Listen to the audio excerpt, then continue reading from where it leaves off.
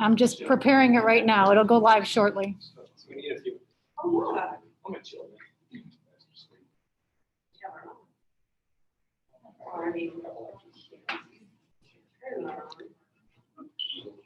Okay.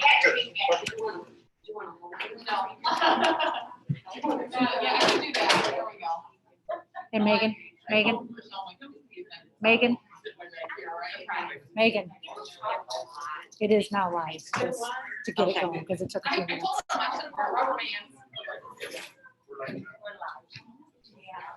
Okay, we get started.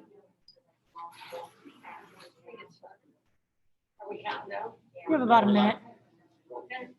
I call this meeting to order. Please rise with us to pledge allegiance to the flag. I pledge allegiance To the flag of the United States of America and to the republic for which it stands, one nation, under God, indivisible, with liberty and justice for all. John Delegations, would you open with prayer? Sure.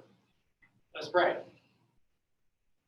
Dear Lord, Heavenly Father, again, we thank you for bringing us here together today to do the business of the school. We ask that you continue to pour your blessings upon our presence, open our hearts, open our minds, so that we make good decisions, so that we hear your calling, so that we can serve the kids of this community the best that we can under your guidance and your leadership. We pray that you be with our administrators, our teachers, our parents, and our students this upcoming school season with the new challenges that are in front of us. Guide us, Lord. Show us. And in that, we will do your will. We pray this in your name. Amen. Okay, I want to say welcome. Use the I'm mic. certainly excited. Oh. Okay, welcome. I'm excited that we have people in this room with us. It's been lonely for the last couple months. So thank you for being with us. Thank you, everybody who is out there that we can't see, but we do appreciate you tuning in. We're going to start off with Delegations and Communications, and we have a name, Stacy Vasilek. Did I say that right? Yes. Stacy? Okay. You want a microphone? You want to come to the front, or? Are you gonna be able to hear me with my mask on? I Well- got a big mouth. Whatever, we can hear you. Stacy, we're live. You can come up. You can come up. Or just.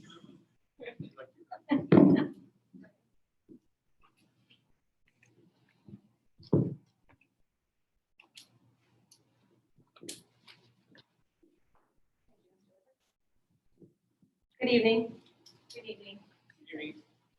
Pardon me while I speak over here. So I'm here today because I'm having some issues and I've tried to resolve this through the proper channels and it's not working. My issues have to do with scheduling at the high school.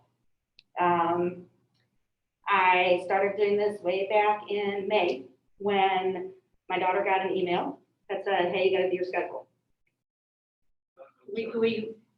We're not going to be able to speak to situations regarding your daughter. I'm talking in general. I'm just saying this. is You have when to it keep it started. general. I am, but I'm telling you when it started, okay? So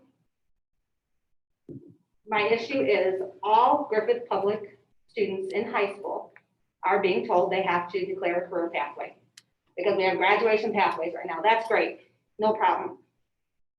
I was specifically concerned with the junior class because that's what my daughter will be in, is junior class. They were supposed to be with the graduation qualifying exam. So I understand there are issues because of COVID. I have no problem with that. I understand that things have to be changed.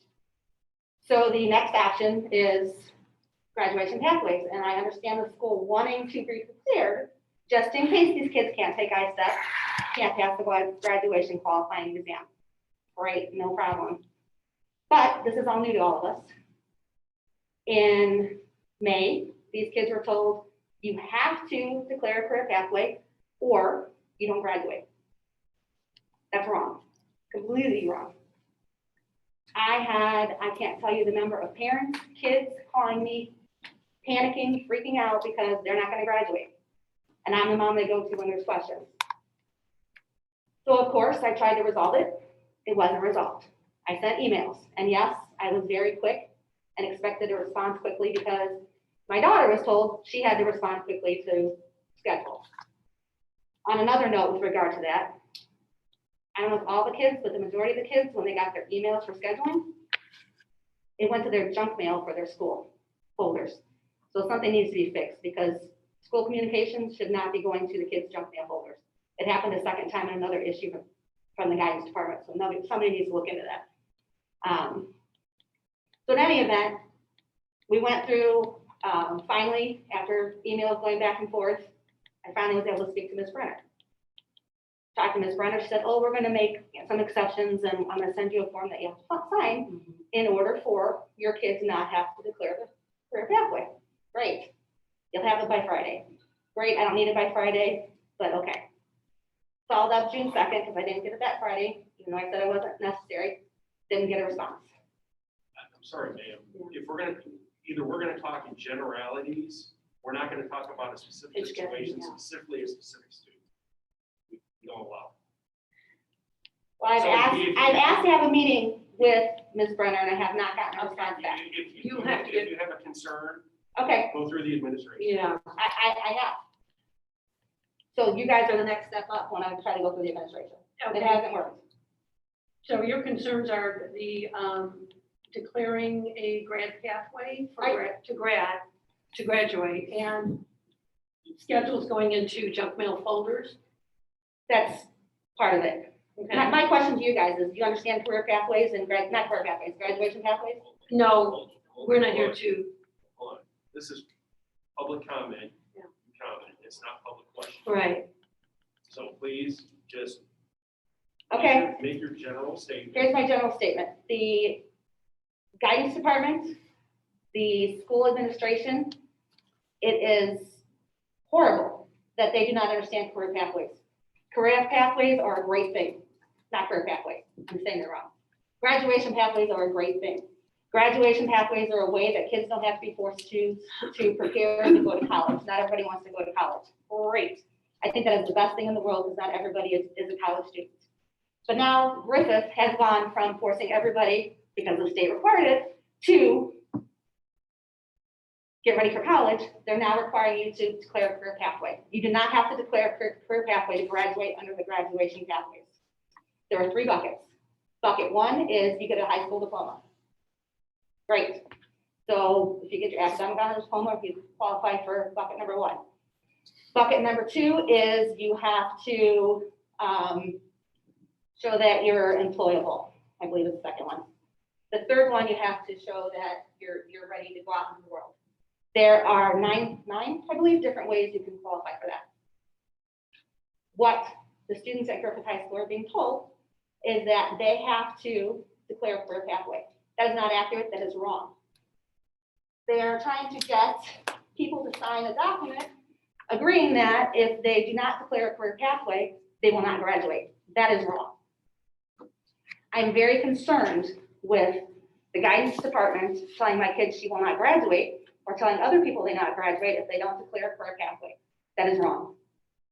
And I need to know, and I think the entire town of Griffith needs to know why the guidance department doesn't seem to understand the career pathways and the graduation pathways, because they clearly do not, and something needs to be done.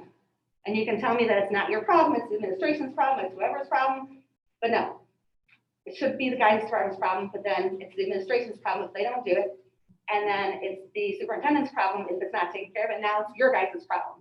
And shame on each and every one of you if you don't know what graduation pathways are.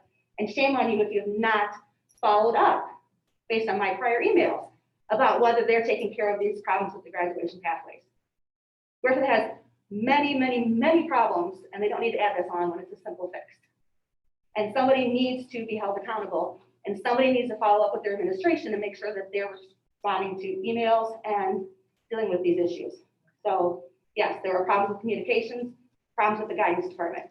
I don't know if any of you have watched the video that the guidance department put out regarding scheduling for the junior class? If you didn't, you need to, because it's an embarrassment to Griffith High School that the counselors did not understand some simple things. And it's an embarrassment that Griffith High School doesn't know, the guidance counselors don't know that there are honors classes in 7th grade that they don't have on transcripts. It's an embarrassment that transcripts are wrong. It's an embarrassment that Okay. GPAs are wrong. It needs to be taken care of.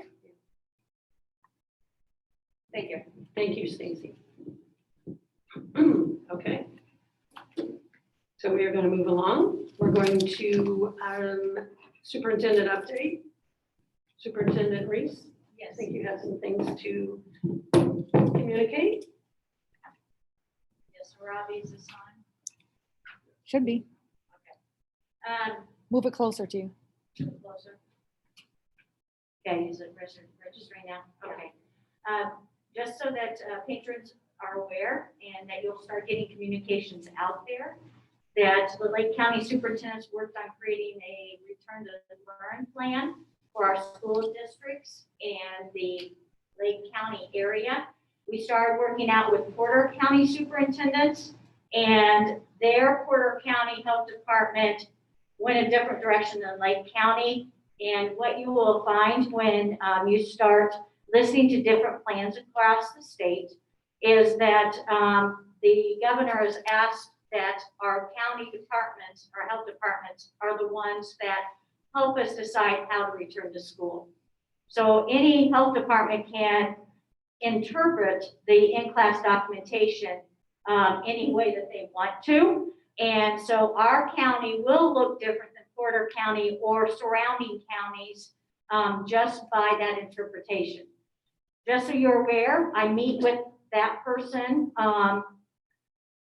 Balala, and I hope I'm saying her name right. I mess it up every time. We meet with her weekly by Zoom, and as she looks at the data that she receives from the county, then she interprets what we need to do as a school district. And she wanted us to make sure that we notify our parents and community that this can change even in the short amount of turnaround time as the start of school, which to me doesn't help anyone as we're trying to plan for school, but we are trying to do the best that we can. So that we ask that you are patient with us, because some things you may get one day, will state something, and all of a sudden it may turn around the next day. I may be notifying all of you and saying, well, wait a minute, this is how it has to go. So tonight, this is the plan that we currently have, and I'll share with you later when it gets to that point in the agenda. Know that there's been many sleepless nights and various discussions with a lot of people. Not only have we been with the health department, like I said, or the Porter County superintendents, but I met with the teachers union. I met with the administrators, directors. We met with the school board regarding all that. But I do know that I want you to know that we approach this in a positive way and deliberate manner so that we ensure that the kids get back to school and that they get the best education from us, because we know, and I know, that there are learning gaps. Not that you guys are not and did what you needed to do at home during the last spring semester. I call a long spring semester. I don't know about you guys. But I know that you did the best that you could, but I do know that I need to help some students more than others with some of the learning gaps that have gone on. So our plan will reflect that. And it's essential for you guys to work with us so that if you know of any information, you need to share it with me. Do it best by email. That way I can respond quickly and get it back out to you. Also, I do want you to know that Governor Holcomb on July 1st, and he has stated it several times throughout his talks, that he's not having the state enter into stage 5 at this time.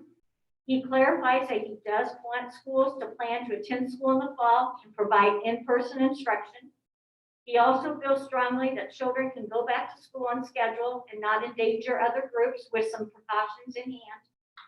And he also requests that everyone wear face masks when out in public, as an organized campaign entitled Mask Up Losers to inform the public on the importance of wearing masks.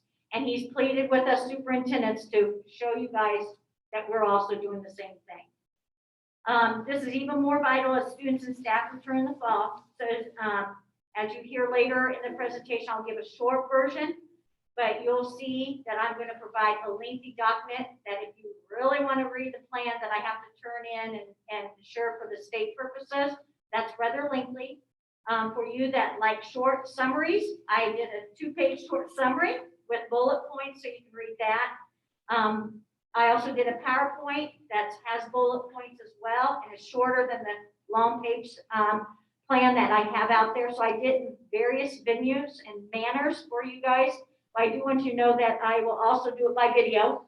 I wanted to make sure that the board here approved it tonight before I took the time to do little short videos for parents that don't want to read. And I understand that. So after tonight, we're going to ask that the parents and students and our teachers complete a short survey. So tonight, a short survey will come out to you, but know that it won't become live until tomorrow morning at 8 a.m., okay? But it should come through to all of you. You'll hear my lovely voice again saying, please complete the short survey for us. And we ask that you all do that because that helps me plan even more. The board asked why I was frazzled when they came in today, and it's just the planning part. You know, today we talked about sanitation, what signage do we need? What do we need to do here? Because we know we're getting closer to opening up for athletics. And if you haven't already heard, Boone Grove has suspended theirs. So that concerns me. You know, you open up the doors, what's going to happen? I've got everything protected right now, but again, we can't live in a bubble either for the rest of our lives either. So we are doing everything we can, but know that it's a monumental task that we need your feedback as we head further into this. And I may give out different surveys different times once I get more information. So I wanted you guys to know that right up front. Tonight, before I have Mrs. Brenner speak a little bit here, just a reminder about the YMCA's upcoming meeting with the Zoning Commission on the 3rd Monday in July, beginning at 6 p.m. in the town hall. I need you all there in support. If you support the Y but can't attend in person, please feel free to send your letter of support to Jay Buckmaster at Crossroads YMCA because we do want to keep the Y here. I do not want to go into the business of before and after school childcare. It's a big task, and I've had the opportunity to see it being done well in their school district, and I'd rather just tend to the day-to-day with your children. Please make sure that you support the Y in your endeavor. So tonight, I do want Mrs. Brenner to speak on DHS course completion data and some things that she wants to highlight at the high school. And I'm going to hand you this, Brenner. Brenner.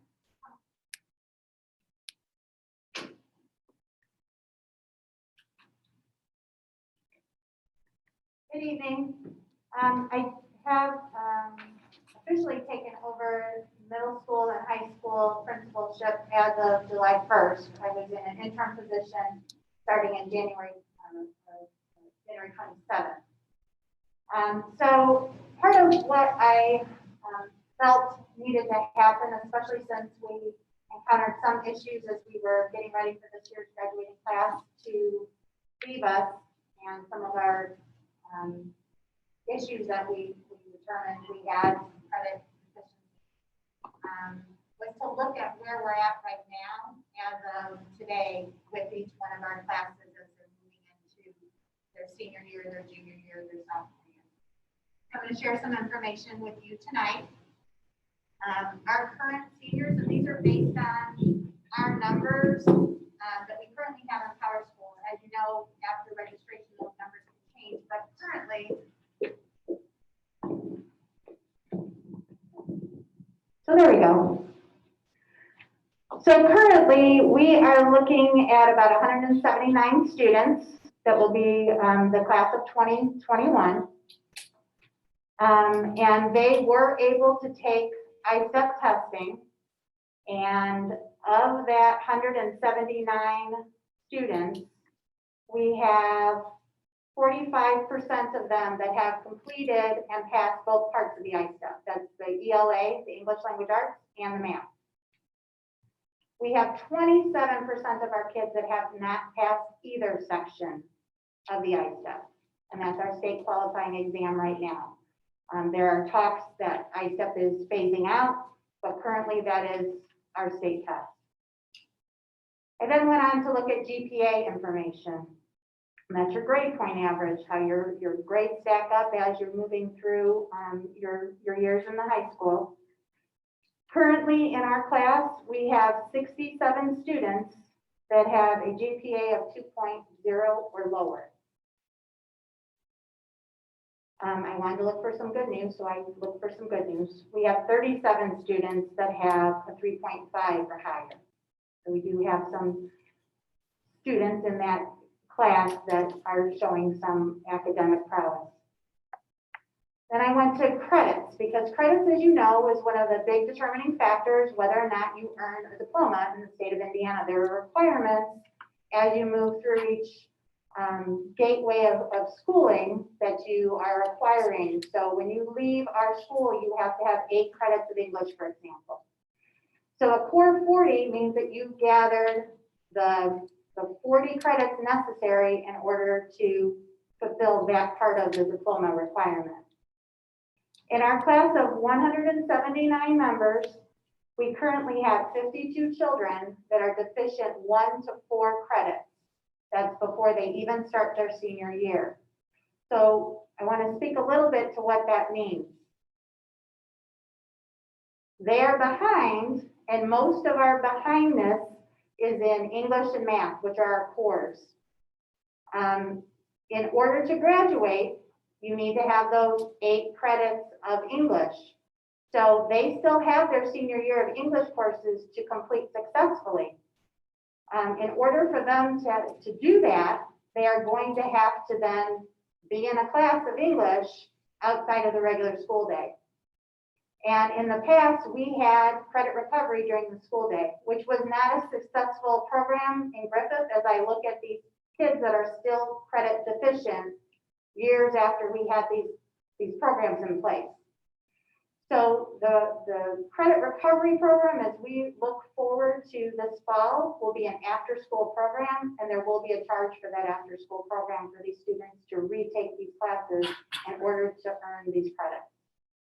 And that may seem harsh,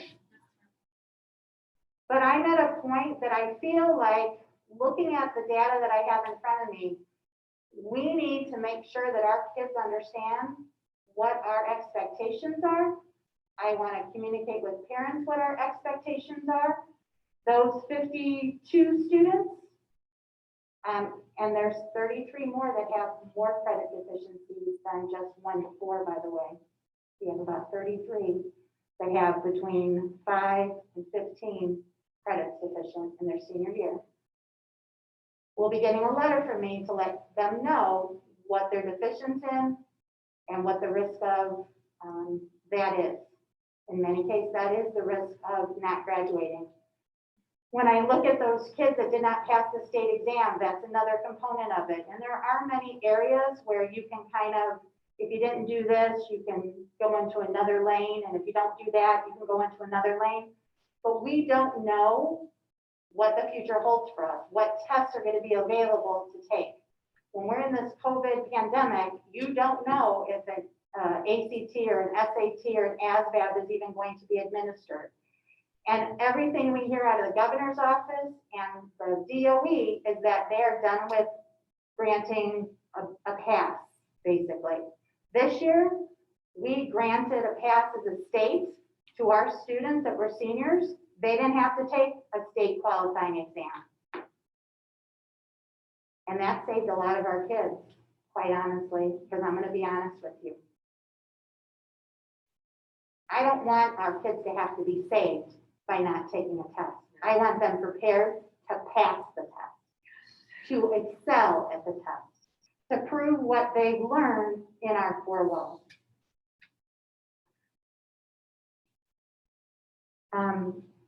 And I want to speak to the fact that in my very short time of being on the middle school, high school campus, the teachers I've encountered, the job that they did during e-learning, that we have quality teachers in place.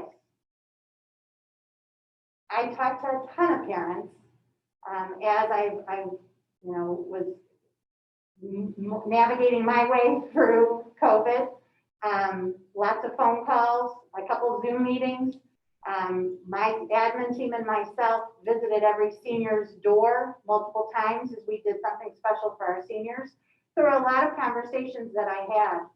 And there's a lot of parents out there that want their child to succeed, but may not know how desperate the situation is. So one thing that I'm committed to doing is making sure those parents are informed. But the thing I'm going to ask is, if I inform you of where we're at, I need your partnership to help us get your kid where they need to be so they can be successful when they leave our doors. I want a Griffith diploma to mean something, and I want their time here to be well spent, and I want it to be something that we're proud of. So I'm going to kind of wrap up there. I have data on our juniors and our sophomores, and unfortunately, we're in about the same boat. So it's not going to be an overnight fix, and I'm in it for the long haul. This will be my 19th year with the Griffith District. I'm proud to be a Panther, and I will work diligently to help us get where we need to be, but I'm going to ask again, please help me. Do you guys have any questions on Mrs. Ritter before I finish up? No, I don't. I want to thank you, Christine, for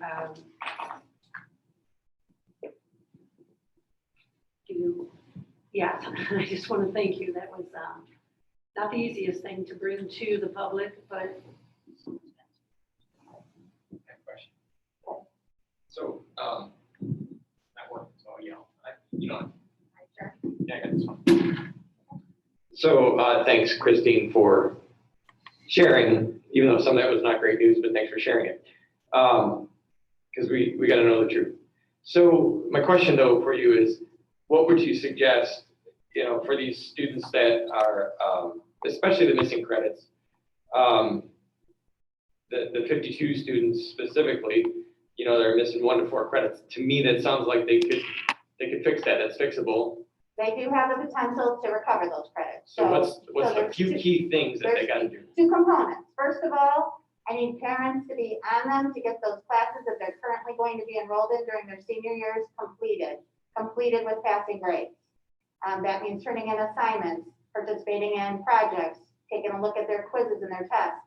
Power School is an awesome tool if you actually allow it to be. Everyone in here has a Power School access if you have a child that goes here to Griffith Public Schools, and if you need help, our secretaries can provide that login if you don't have it. Your kids have logins for Power School. They can look at their grades. And really at a high school level, that should be something you're requiring of them. Bring your grades to me. Let's see how you're doing. Because that gets them aware of the fact that you're checking what's going on. So that would be probably the biggest one, is just to be involved.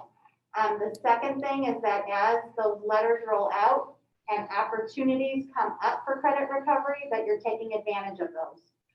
I don't have a final cost as to what those credit recovery classes will cost you, but I will tell you it will probably be significantly less than if you go anywhere else in this area or an online school, because during the summer, an online school for credit was running about $295. That's $295.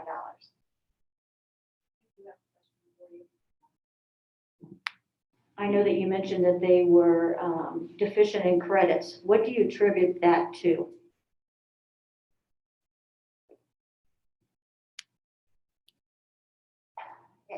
Quite simply, it's the lack of effort. Because when I go in and I pull up the child's transcript, their report card, it's missing assignments. It's not that they're not taking tests. Some of them are taking tests okay. Some aren't, because they're not doing the homework, so they don't have that support to do well on a quiz or a test, because they haven't turned anything in homework-wise where a teacher would be able to identify that there's an issue. I think that, unfortunately, academics has to become the priority. It just has to. And so we are implementing a couple of things, hopefully, that will move us in that direction, setting the bar a little bit higher than we've set it before. But we need to take a hard look at where we're at and where we want to be. And I was part of the community meetings that we had pre-COVID as a community group, parents and educators and administrators. And we decided what we wanted a Griffith grad to look like, what we wanted them to possess with skills. And we need everyone involved, and the most important person involved in the whole, job of it is the students. That is their job while they're here at Griffith High. Their number one priority should be being a student. Thank you. Anyone else have any questions for her? Are we able to tell how much login to Power School is going on? Are we able to tell if parents or students or people, Yeah, the you accounts are being can logged in? pull that up. So and we don't know this, are there a lot of non-logins even? I know from my experience as an elementary principal, there were parents that were probably on Power School more than they were on their work computer. I won't say that like too loudly, but there would be like hundreds of logins because they were like, did that teacher get that tested? That teacher get that tested? That was my wife. That was my wife. I wasn't gonna call her up directly, John.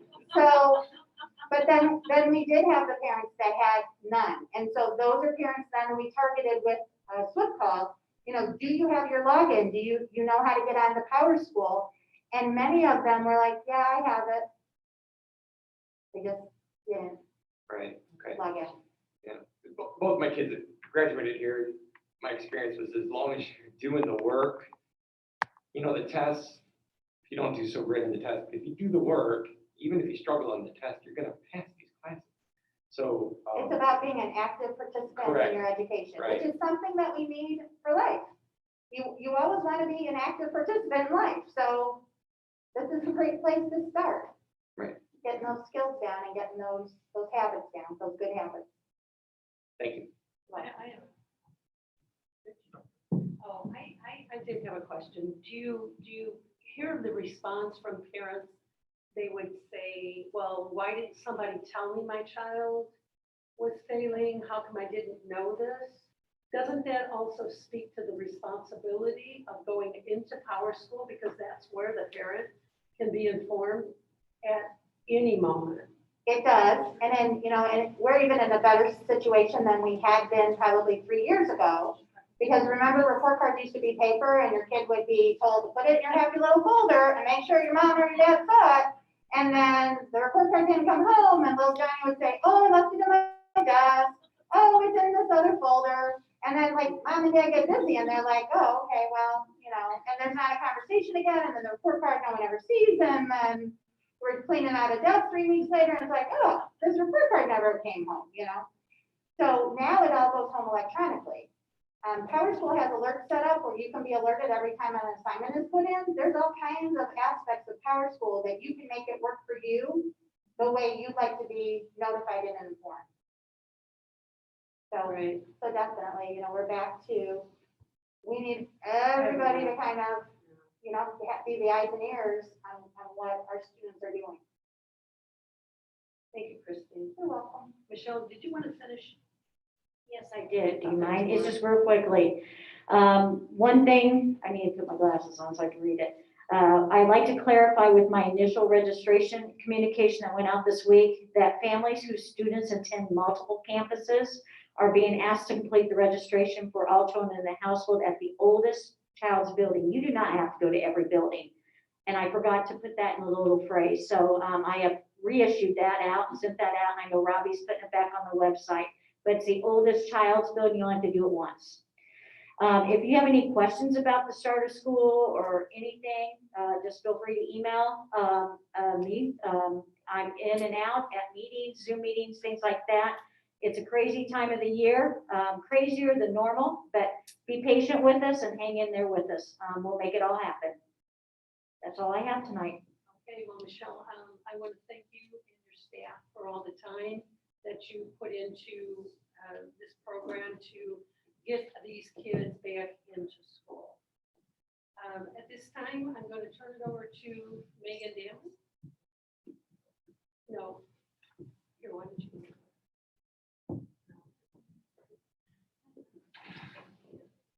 Thank you. For the month of June, our revenues were higher than expenditures by 2.5 million. This is really high, but we did receive our property tax revenues this month.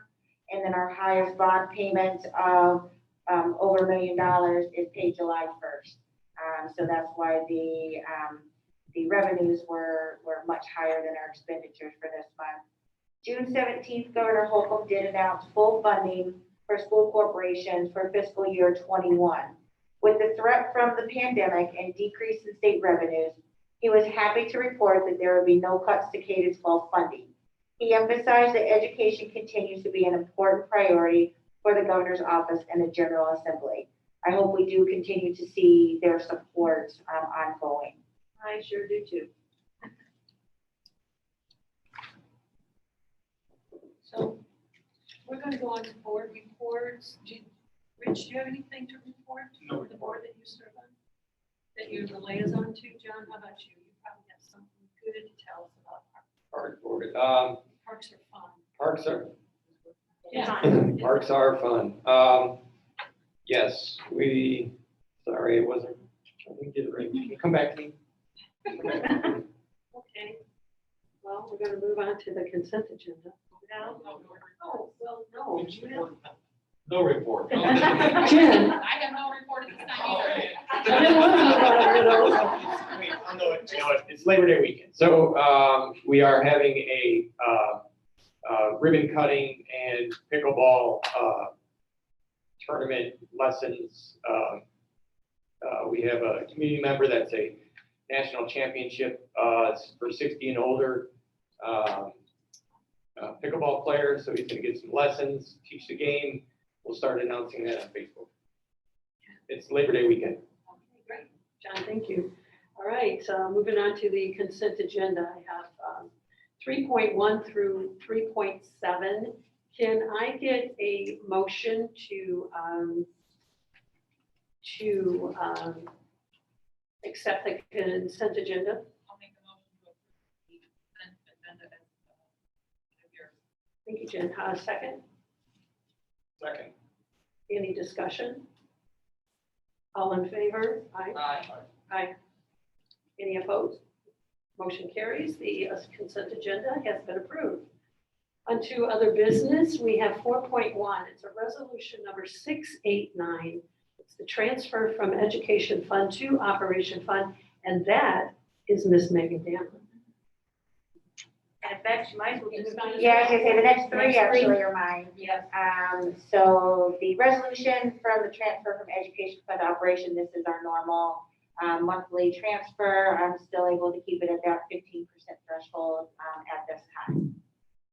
Okay, I need a motion to approve 4.1, resolution 689, the transfer. Do I get a motion for approval? Second? Second. Any discussion? All in favor? Aye. Any opposed? Aye. I mean, not opposed, I didn't say aye, I said in favor. Okay, the motion carries. On to 4.2, I'm just being really loud because I don't have a mic. No, that's all right, I think I'm loud enough. This is the 2021 budget calendar, and that is Megan Damron. Yes, this is our budget calendar that we go off every year. The dates just change a little bit depending on the year, but this is for our budgets that you'll approve for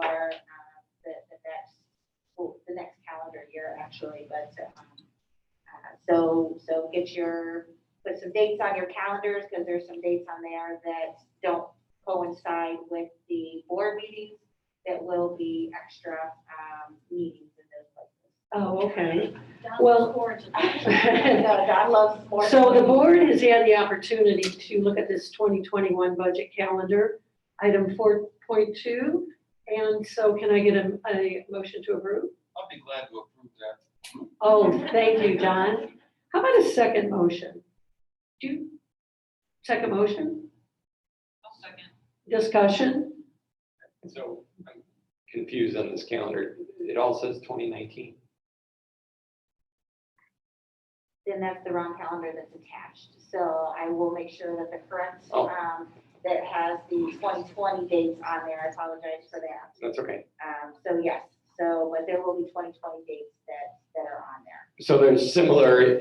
Yes, similar, Yeah, just it's off just- by a day because of the. Right, gotcha. So we're gonna, so I guess amending the motion that we approve the actual 2021, Yes. that is in similar fashion to the one we have in our. Yes. Okay, all in favor? Aye. Any opposed? That motion carries. 4.3, new food service assistant director job description. So the food service director asked after we closed Reedy, with the combining of the students, if we could create a new position that will help with the adjustment of the extra students. This person will assist with the transition into the new way of serving due to COVID-19. This person will also float between buildings as an extra employee when needed. This position would also take over for managers when they are off sick or on vacation, and would also assist with food sales, demos, and any other tasks that are needed. So this position, after you would approve it, would be posted internally, first and foremost, to see if we have any candidates that would like to put their name in the hat for that. And then if we receive no interest in it, then it would be posted externally. Okay, 4.3, new food service assistant director job description. Can I get a motion to approve? Can you clarify one thing, Megan? Don just asked me about the food service and what kind of money. Oh, yeah, I sure will. Thank you, Don. This would still stay in the food service department and their in their pot of money. So it does not hit the education or operations fund, the food service fund. Thank you, Don. That's what he wanted. Can move I, That we approve the job description as presented. second? Second. I want to ask, will this person fall under the direction of Joe? Or, okay. All in favor? Aye. Opposed? Motion carries. The next one, 4.4, food sharing and no cashback policies. Megan, is this you also? Oh, okay. Michelle? The rest is me. Okay. So I'll just keep this if that's okay. Kathy, you Sure. keep the other one? Sure. Okay, the food, due to the pandemic, Lake County Health Department asks that we do not have students share food and lessen the amount of cash being passed between home and school if we could. And so in our efforts to assist the state's endeavor in diminishing the spread of COVID, they ask that these two policies address the matters for the upcoming school year. And so that I ask the board to approve that as well. Okay, I'm looking for. Okay, 4.4, food sharing and no cashback policy. Can I get a motion to approve? Second? Second. Any discussion? Just a quick question. It Mhm. doesn't mean you're not going to be accepting cash. You No. will not be doing cash back. Correct. We will still accept cash and it'll have in the guidelines what to basically put in a Ziploc bag with the name, but we will not issue cash back to you. They don't want us to keep sharing cash. If you would give like, say, $10 for lunch, they'll just, all that $10 will go in that lunch account. Some people supply us with $10 and expect $1.25 or whatever the remaining balance is back. And they just ask that we continue to we lessen the amount of that going back and forth. Because it's hard for us to disinfect and get back to you and know how that's all been handled. So, Thanks for clearing that up, Michelle. no problem. Okay, all in favor? Aye. Aye. Any opposed? Motion carries. Next one will be, where are we? On the return to learn. 25. Oh, yeah, I have it on my, which one here? Okay, 4.5, Griffith Public Schools Return to Learn Plan, this is a big one, for 2020 through 21 school year. It's resolution number 690. And it's titled the 2020 Return to Learn Plan. And Michelle, you want to speak to that a little more? Yes, I'm not going to bore everybody for 2 hours and talk forever. As I stated before, I just want to kind of take a moment and just highlight a few of the key areas in the plan. And don't fret, I don't have a PowerPoint or anything, so I'm just going to kind of talk to you a minute about it. I will be busy creating the short videos to share with you that information once the board approves it. And as well as I did already send to Mrs. Dragamer, all the documents I want put on our website.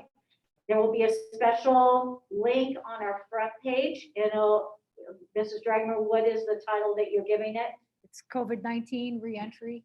And it'll be an alert as soon as you come to our district homepage. It comes up immediately, and if you click on it, it'll direct you exactly to the point you need To to the go. new page with all the All of the documents on documents. there, okay? I figured that we did not want to open it up, our website, and have all these documents on the front page. So it's going to have its own special place.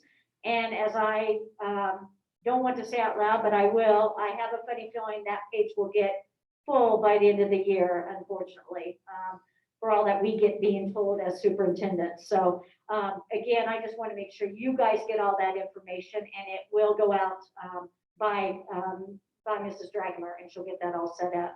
Knowing her, it'll start going live as soon as I finish and this board approves it. If you have any questions, please email me about it. And it may be something, honestly, every time we turn around as superintendents, someone thinks of something because something has happened in another county, or someone thought of it, or someone was asked the question. So if you think it's a question, don't think it's going to be silly, just ask it. And it may be something that was basically overlooked by the superintendents because there's so much to us. So first thing that we are going to be doing is all students and staff will be wearing ID badges. As Lake County Health Department has asked that we are able to identify those who are in contact at times someone tests positive. That is how they're going to track whether we're in school or not in school, or what I'm going to do if I close a school building down. Now, they have talked that if something like a positive case would happen, that we are required to call them right away, so that we're going to be asking parents to contact us right away when they know that they have tested positive, or their child has tested positive, or somebody in the family. We are to contact them along with the Department of Education. So there are two entities that are tracking all this in the state. Probably when it's all said and done, Governor and his group will probably get their nose in somehow too. So know that this is to help us with the contact tracing. One is if someone would get, God forbid, on the wrong bus and they exposed everybody, at least someone would know that and be able to alert who that kid was and get that all taken care of. So please help us. Remind your child to bring that with them and have them wear that daily. It's going to be on the breakaway lanyard change. You're going to get the lanyard change, this actual one, along with the photo ID on the first day of school. So they will not get it anytime soon, but that first day they arrive. So they will not have it the first day of school until they get to school, okay? The second one is that we're going to ask that they are required to wear masks. Now, I've been hearing a lot of things out there about all day long. No, we know there are going to be times that we cannot wear these all day long. One is if we know that they're 6 feet apart and that people are sitting where they're all facing the front and they're doing their work, of course, this goes down. We are all human. I do it in my workplace, in my office. If I'm by myself, this comes down. This is not on. We are going to adhere to that too, but we also have to say that if a kid is up speaking and delivering a speech, yes, this would go on. So there are going to be certain parameters, and we're going to train the staff on about the masks. So what I'm going to say, my third point is, this also has to go on the bus. There's no way that we're able, and the Lake County Department, we have gone back and forth with them.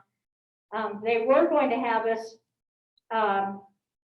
be 6 feet apart on the school bus, wearing masks and all that sort of thing. Do you know how long it would take to get everybody here, let alone everybody home at night? And so we went back and forth, and she consented to that as long as they're wearing masks, she is okay with it, and to try to keep families together. So if you have like 2 little ones going, one to Berger and one Wadsworth, when they're picked up, they can ride together and they'll be okay.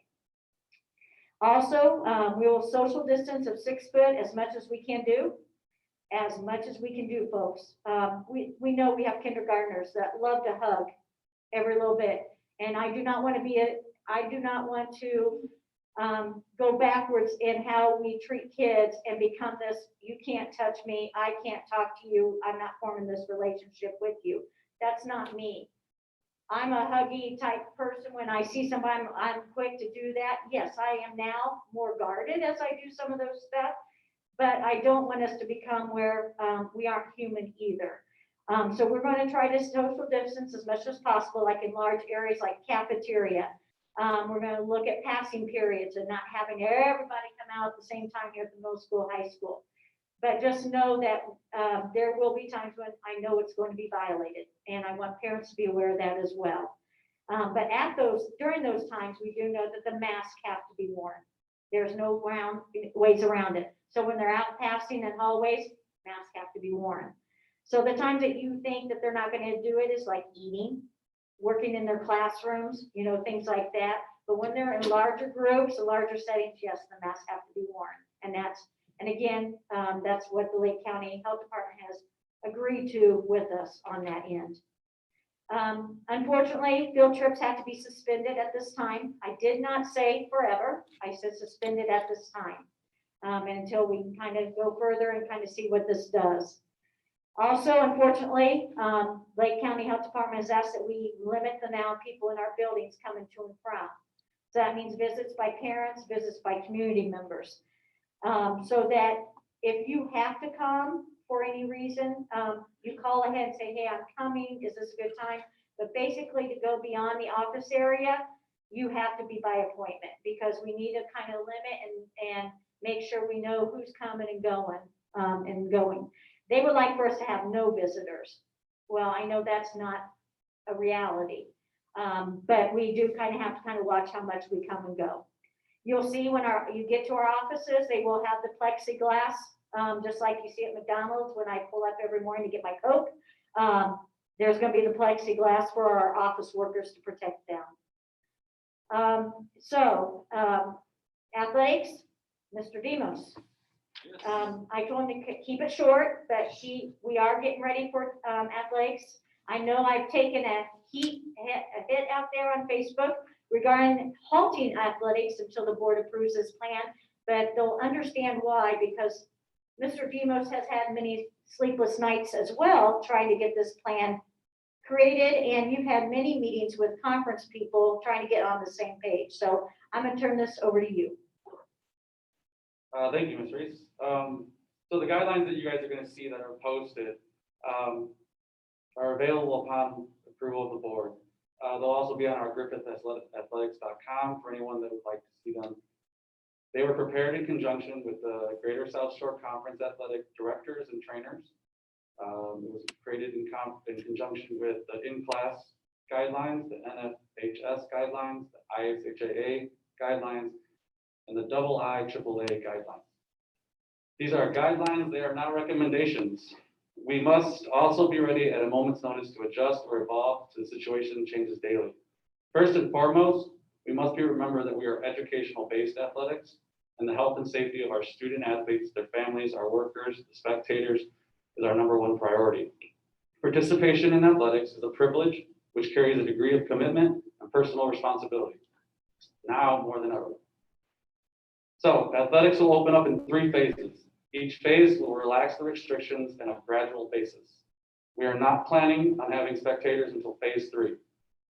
That being said, we ask that essential personnel be at the conditionings and practices only coaching staff, student athletes, athletic department.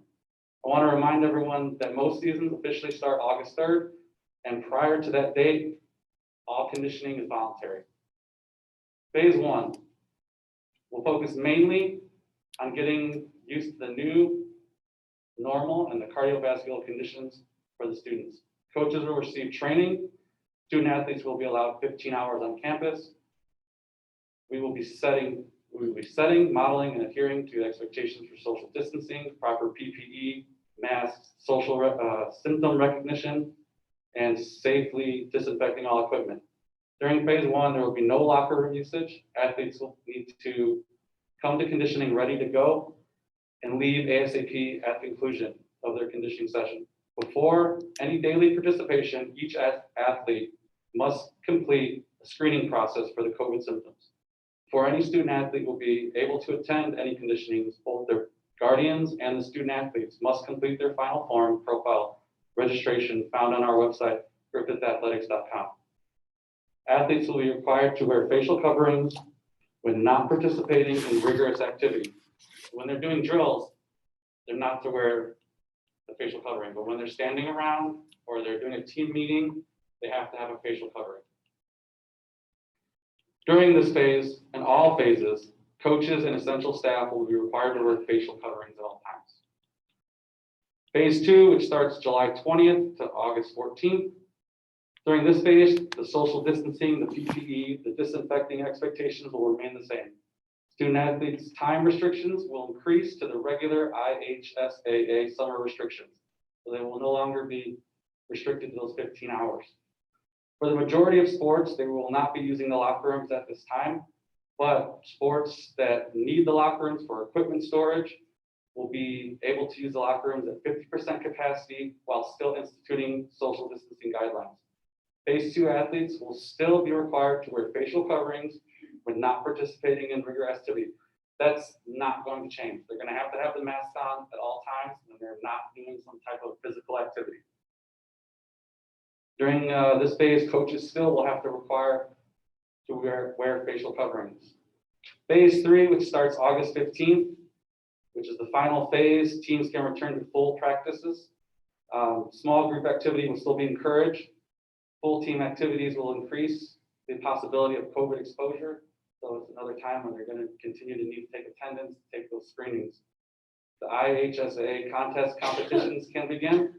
Locker room capacity will still be restricted. Contact should be limited only to essential personnel. And spectators, media, and vendors can now be on school grounds while they continue to do social distancing and facial coverings. For any parent that's interested in these guidelines, the complete guidelines, they will be on the athletic website. You just go to the More tab, you hover over it, and it'll be there for you to either read or print out if it's available. That's it. Thank you. Thank you, Neil. Thank you, Neil. Also, a couple other items. All students will be provided a wellness kit as self-screening will be done at home. They've asked that we screen somehow, and we've decided to do self-screening. And that means it's a personal responsibility of the parent and the child to do that. And again, we'll provide a wellness kit for you guys, so you'll get that as well.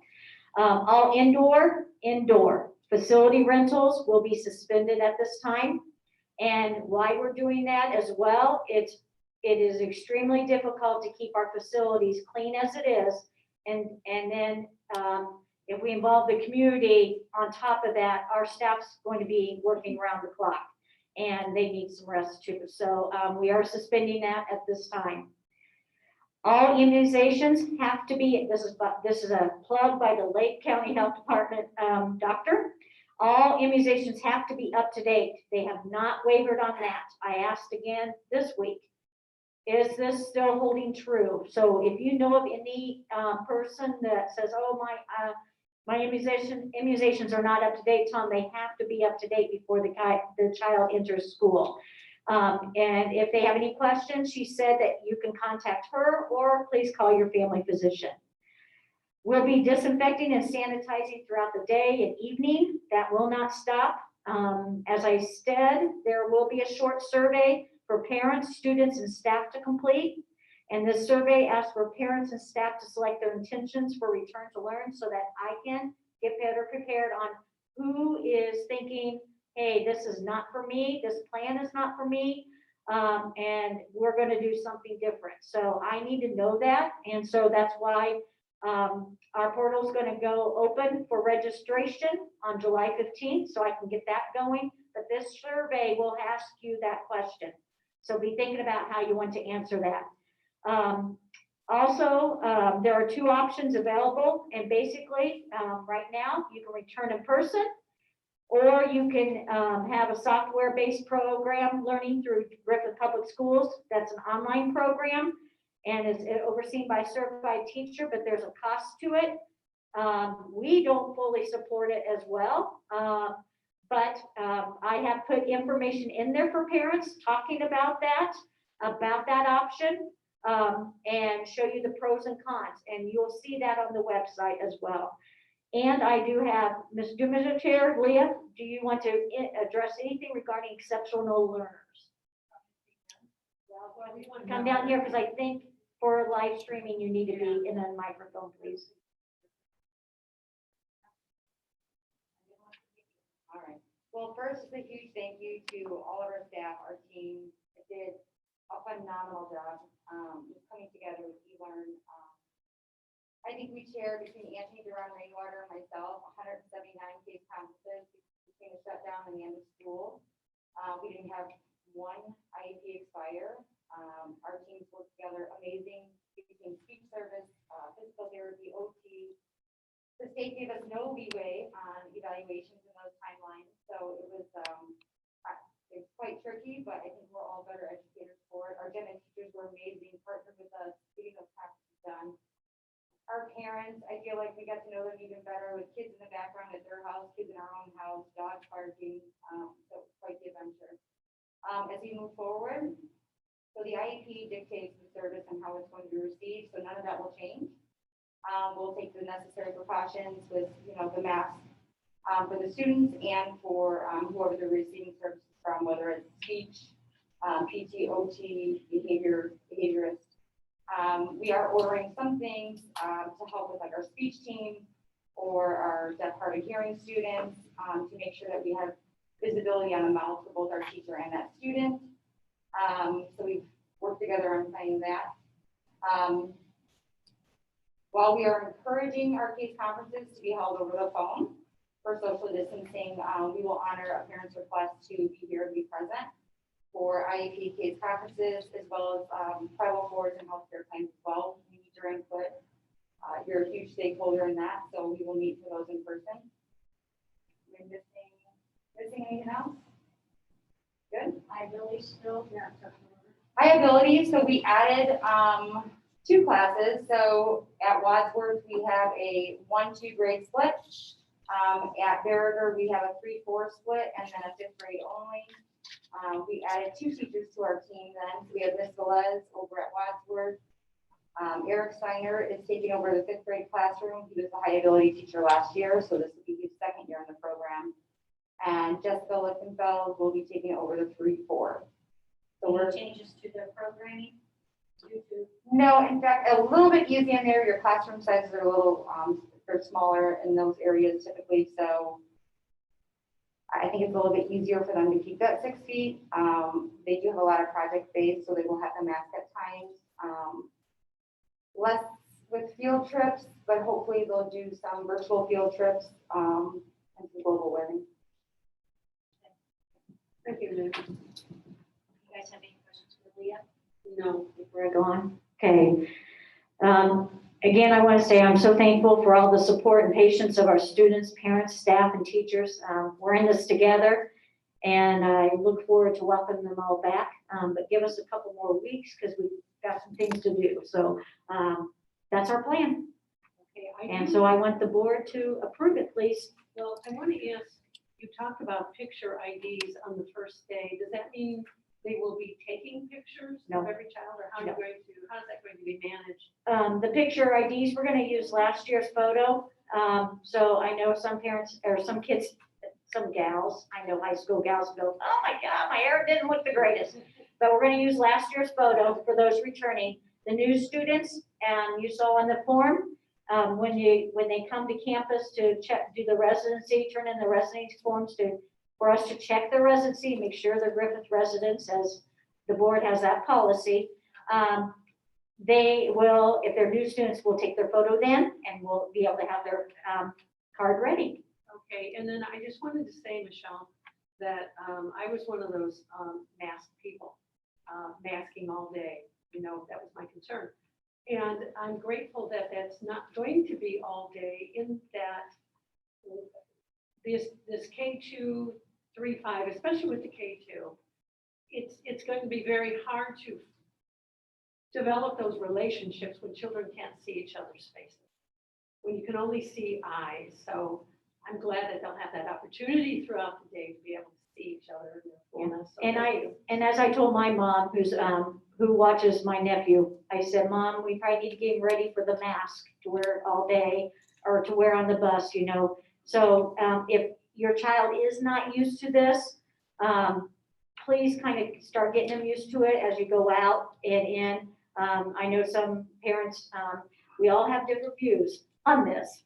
And as I've stated to one of our board members who has a definite view on it, I won't say her name, Kathy Ruskin, as I say to her a number of times, we all have our different viewpoints on this, and whether it's true or whether it's not, we're not going to hash that. What Lake County Department has said, we have to wear masks. We have to make sure our kids wear the masks. So I'm just asking parents to help us out if you can. And as I instructed my mom, we need to start having practice wearing it. Luckily, she's been doing that. So I just asked that of my parents here too. Okay, board, I think that, I believe that all of us have read this Return to Learn plan, maybe even more than once. And so I'm looking for a motion to approve resolution number 690, the 2020 Return to Learn plan. Can I get a motion? Move that we approve the Return to Learn plan as presented. Second? Second. Any discussion? I don't think so. I don't think so. That's okay. All in favor? Aye. I think that is It was short. It was just, I know. that- I just thought. Here, sorry. Yeah, no. And I'm sorry, I'm holding the microphone. Yeah, that's okay. It is working, right? Yeah. I know it was a huge mountain to climb. An unbelievable amount of work went into this by all, and thank you. The plan makes sense. We gotta remember what we're here for. It's to teach kids. It's our number one focus, to do it safely, what this is about. And yes, I've read it more than once, and we all have opinions, and this is a weird thing that none of us know how to, Right. we think we know things and we don't. Right. But what the truth is that a huge amount of work went into with all the right intentions, and I think we got a good plan. I thank you for it. Well, and I'm very proud to say, I think this is the first time in history Lake County superintendents got together on the same page. And even though our plans may look and have a different view to it, we all have different boards and we all have different parents, but we stuck to the main principles. And you'll see that in our letter when we release it. We stuck to main things: masks. We stuck to we're coming to school. And we felt very strongly about that. And we talked to the Lake County Health Department doctor about that. And we felt like we needed it for the kids and for us too. We need to be all back and learning and teaching. So I can't do it without all them, because like I said, it was the first time in history I think it's happened that we all agreed to this. And you'll see that when that notification comes out next Monday. Anybody else? Yeah, I have something, and I don't get it off microphone. I also want to make sure that it's safe for the teachers as well, so. Yes. How Yes. have they taken to this plan? Very well. Again, it depends on the person. There's those that have health concerns that are concerned, but there are plans in place for them in regards to if they have to take sick leave and what that looks like. And we've already talked that through the teachers union about that. They too want to get back to school and get to see the kids. miss that, but they are being safeguarded. We are supplying them with masks and we are supplying them with the face shield if that would need to be, whichever way they choose. And now the doctor has different viewpoints on face shield versus the mask and coverage. She'd like both, but would be okay with just a face shield. And that's the same way, parents. If your child is one that this is not good for them, and I have a nephew that's like that, and I've talked to my mom about it, if he would be better with a face shield, that's okay too. It's got to be what's appropriate and good for your child. It's not one size fits all. And I know we have children of deaf and hearing that we are going to require the teachers to wear where they have the face shield so we can see their mouth. So we know we have to take certain things in precaution. The others are our nurses. You know, if they come across a positive case, are we putting in with what they need? And that was our thing again today with Mike and Megan and Georgia and all them, making sure they get equipped with the gown, the mask, the gloves, and it's a certain type of mask that they have to be wearing. So we are putting them first, and that's what's so overwhelming. I think that people don't understand is we got all these different pieces that we're trying to bring together to make sure we can present them as normal type of environment for the kids when they come back as what we can. And I sure hope that parents are feeling that way when they read it. I do too. So anybody else? All in favor of this resolution 690? Aye. Aye. Any opposed? Okay, this motion carries. 4.6, the Griffith Public Schools 2020-2021 start and end time. Finally, we get to do some start and end times. As presented earlier in an FAQ, I am sticking with those start and end times that we have. So I can read it off, but it is on the FAQ there with the start time of 7:45 at the middle school, high school, and end time at 2:45. Drop off can be at the middle school, high school at 7:25 for parents that are bringing them. For Berger, that's the grades 3 through 5. The start time is 8 o'clock with grades 3 through 5 have an end time of 2:30. And the drop off there is at 7:30. And again, this will be posted so you guys can see it. It will be posted on our website. Wadsworth, start time is 8:15 and the end time is 2:15. And the drop off there is at 7:45. And again, we're taking into account that the parents wanted them not to ride the same buses, but we wanted to make sure that there was a little bit of time so that if someone had a child in every school, they had a chance to drop them all off, and we did that. So we ask for the board's approval on those, please, so that we can get that checked off our list. Can I get a motion to accept 4.6 Public Schools 2020-21 start and end time? I'll make a motion. Second. Michelle, I just want to say thank you. I, as a caregiver, will be involved personally every Monday. And I see I can get a child to Berger and a child to Wadsworth probably on time most Mondays. Thank you. No problem. But I will want the board to understand that we will have to purchase a bus, so be prepared. You didn't see my smile underneath my mask. I saw your eyes. Okay, so at this time. You want me going to 4.7? Well, no, we want to take. Oh, I'm sorry.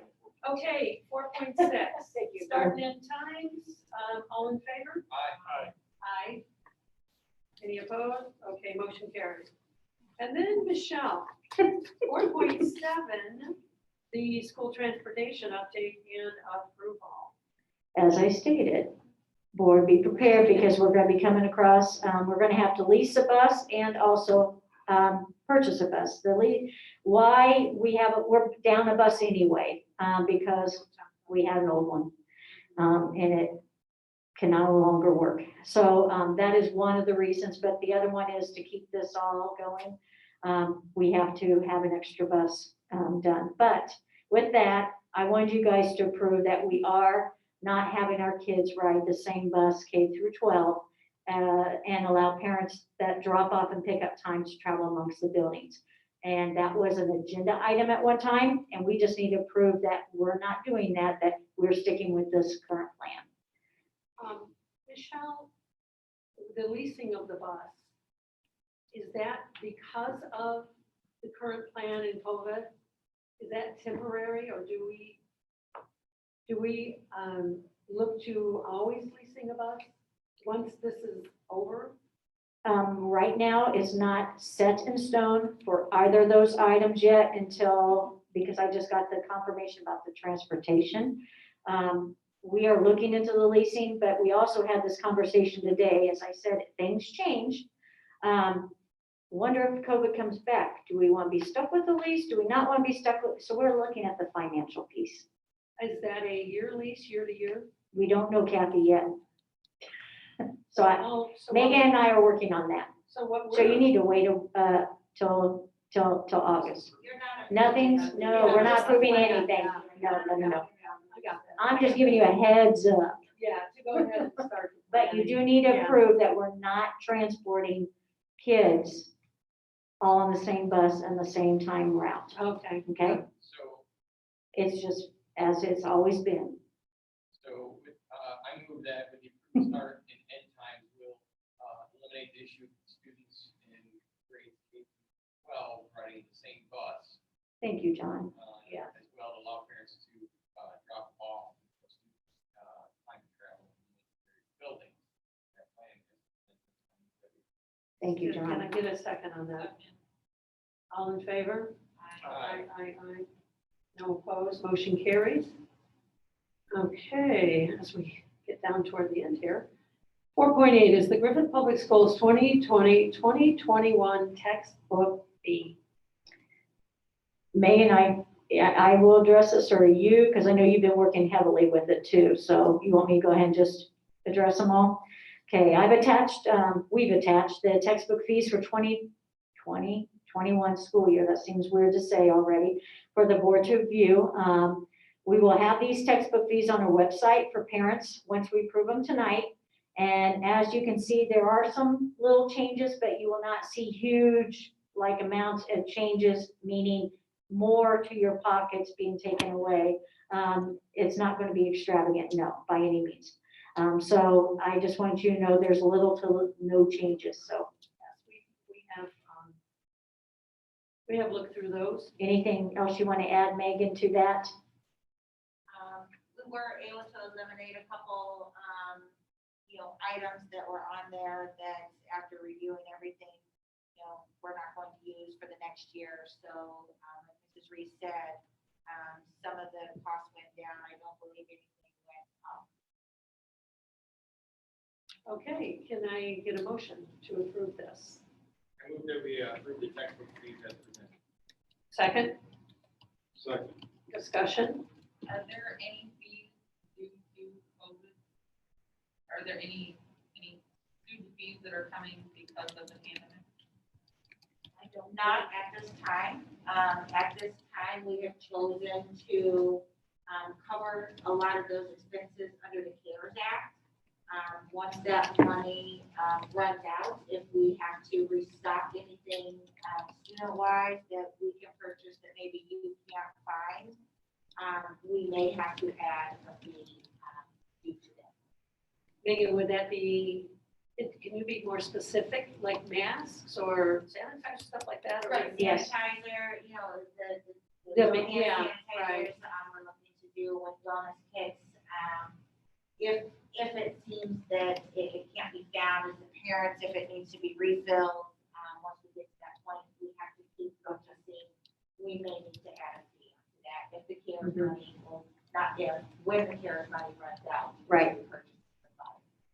Okay, thank you. And the CARES money is around 350,000. It's not going to go far. Yeah. Just so you know, because that also includes our sanitation, our cleaning supplies, everything like that. So yes, we recognize that parents, it's hard for us to get certain things that unfortunately as a business you were able to get, like us with schools. Now that we're getting a session, we have a little more opportunities to find those things and what you guys can. So we do recognize that. We may have to, you know, do that. So Jen, that was a yes and a no. Okay, all in favor? We have some, Oh, so sorry, if John. we have some potential fees coming up, we should allow ample time. and Oh, put yes. a price list, Correct. and we're gonna just charge the cost, we're not marking. Oh, my heavens, no. And we don't do that anyway with any of our I'm a stuff. contractor, so You know Marco, don't And you? you would board approve it before we Yes. pass it along. So Yeah. there would be ample notification, if we run into kind of the admin. Okay, great. Anything else? Anybody? All in favor? Aye. Aye, none opposed, that motion carries. And now we're gonna go down to the 2020-2021 supply list. Just tweaked again last week. Our elementary principals have reviewed the attached supply list with their teachers. What we ran into is the sharing of supplies. And all of a sudden, grades 3 through 5 went, oh, wait, whoa, wait, I don't want them sharing those supplies. And the passing and the sanitizing that would go on. So they re-looked at these, and at this time, this is what we have as a supply list. Parents, we do know that some of it has hand sanitizer on there or Clorox wipes and things like that. We do know that if you can't get it, you can't get it. They're just asking if you can supply that if you have it. Because I will let you know, we gave our extra supplies to the hospitals when COVID hit. So we were replenished with some of our supplies because we wanted to make sure the hospitals around us got plenty to help fight the COVID. So if you can help us out, help us out. Michelle, the girls bring the Lysol, the boys bring the hand sanitizer. I'm just a little curious about that. They just divided it up.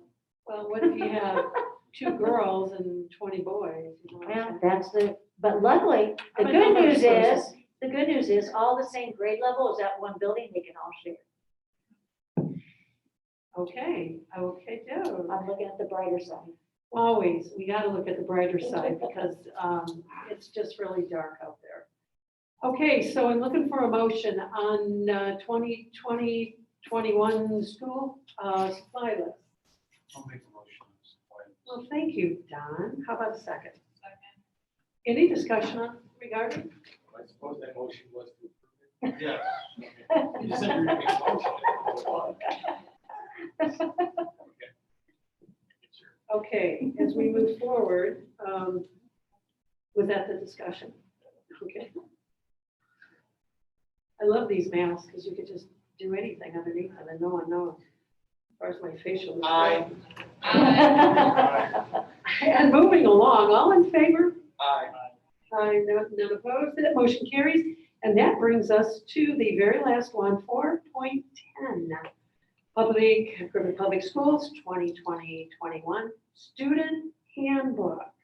And I think are we gonna start? You start with me, and then I think, And then we're I gonna hand it believe, over to John. John Do wants a to check. speak to it as well. Yeah. As we finalized the plan, the return to school plan, we had to also make some changes and updates to our student handbook. So board, you saw those in red. I know I put highlight in yellow, don't disregard that.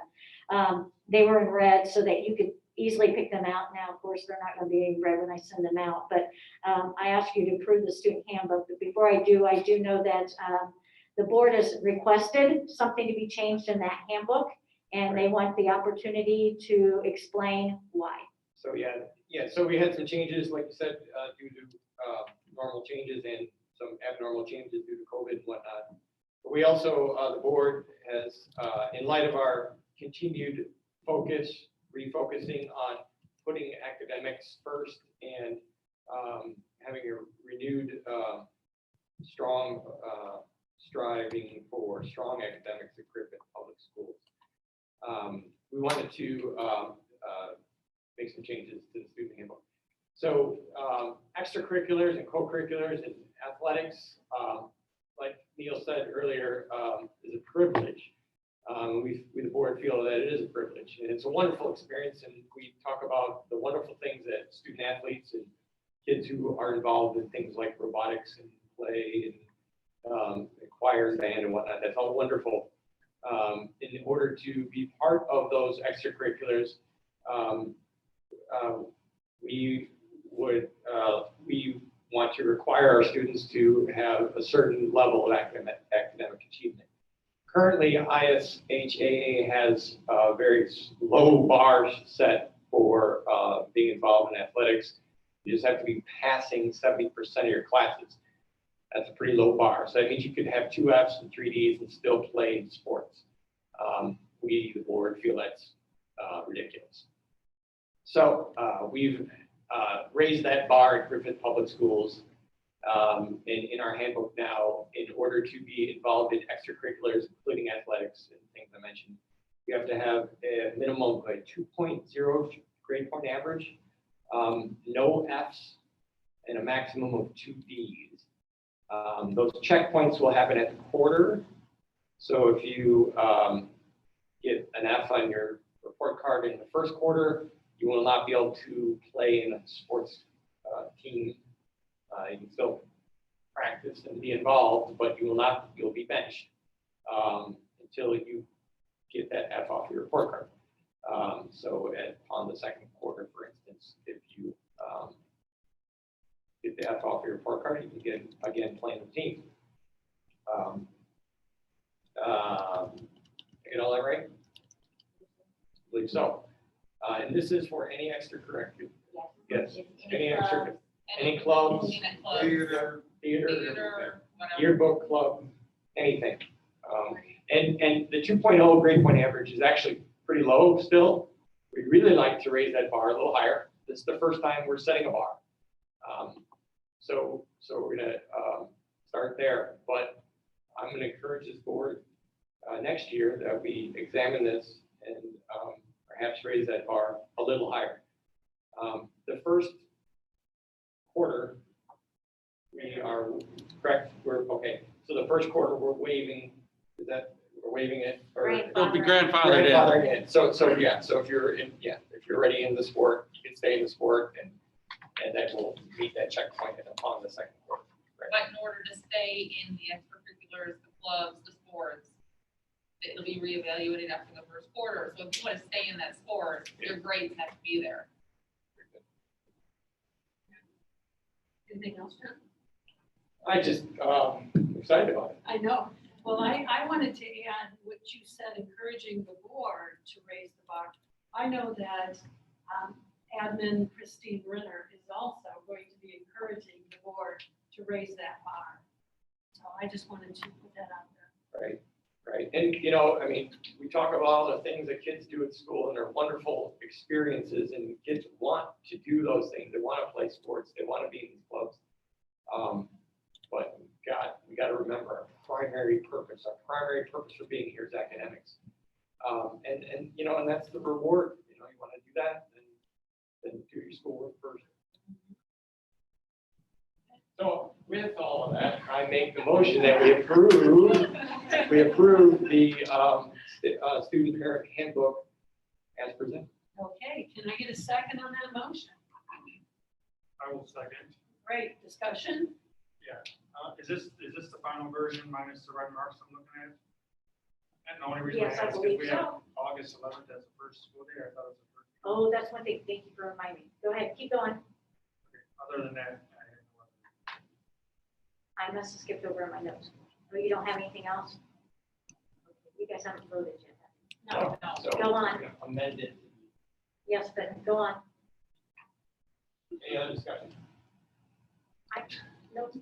Kathy's looking at me. I have to say something after you guys are all. I wonder if you're. Yeah, okay, so, all right. All in favor? Aye. Aye, no opposed, this motion carries. Ms. Reese, did you want to say something? Yes, if you don't mind. I must have glossed over it when I was reading it. The first student day is not August 11th, it is August 12th.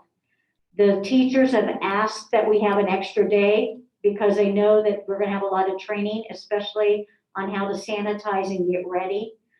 So that will bump things naturally one day. And I apologize for that. They apologize, but they want that extra day, please. So I have granted it. And so School will start Wednesday, August 12th. Okay, great. Now at this time, we're gonna open this up to audience participation. Well, yeah, on agenda items only. I just want to know where our register rate get at, on the Barrier here.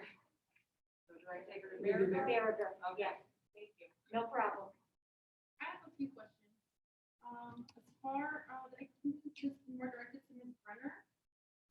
She mentioned about the seniors, there's 52 seniors deficient in credits, and most of them are in the ELA and math. I wanted to ask about, there's cushion, they talked about how there's cushion, you take 14, you get 14 credits a year, or 50, I'm sorry, yes, a school year, 14 credits a school year. So there's that cushion. So instead of charging parents for after school, couldn't they, instead of taking, electives that they don't need, just take that two English classes during the school day? That would require more staff. You're saying because the class sizes are too big, is that what that is? Absolutely. And in many cases, especially with the senior class, they have multiple campuses. So then the next question, so there will be no further consideration like going forward at all with that? Further consideration of what? Of taking like the English, like say they failed English 11, so they wouldn't be able to take English 11 and English 12 during the school day at all. Okay. The next question that I had was, we mentioned about, parents, getting on Power School more often. I know I need to do that. But I also know that when we do talk to our kids about grades that are not up, or grades that are missing, or assignments that are missing, or low test scores, or whatever the case is, sometimes we see on there that grades are not updated, and we talk to the teacher, and the teacher says, sorry, it's not in there.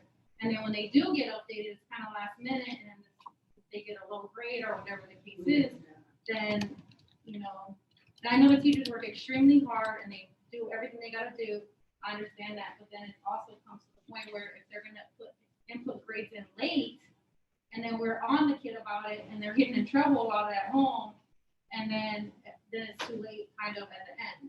And that would be something I would direct, no matter what level the child wants to communicate with that person. Yeah, okay. I think that's the only question that I have, but I still think, I don't have a high school student this year, but I still think that you should consider doing that for kids, especially if they feel, English 11 just during COVID. It's that 56 kids, that's a lot. These are not, I'm gonna be very clear with everybody, it is not about what happened during COVID. No. So it's like the seniors maybe failed like Seniors English or that math, like failed nine, freshman year or, freshman year. okay. And I want to clarify too, none of this credit stuff happened just during COVID. It's been over multiple years, if that makes sense. Okay, I just know that I recently had a senior who took like 3 classes he didn't need really, or didn't want because there was no other classes offered. So he had to take whatever was given to him. So I just figured if kids are having that hard time doing those things, I'm sorry, I can't hold it. If students are having, are also too, like, what are we doing for these kids that, do we know if they're having problems at home or difficulty at home? Are we checking on them? Are they going through depression? Are their families, having medical issues? Or, are we talking about things like that to them? Or, are we finding out, is it just laziness or is it other factors that are going into that? So I just wanna tell you to use the program. Oh, Leah, you need a microphone.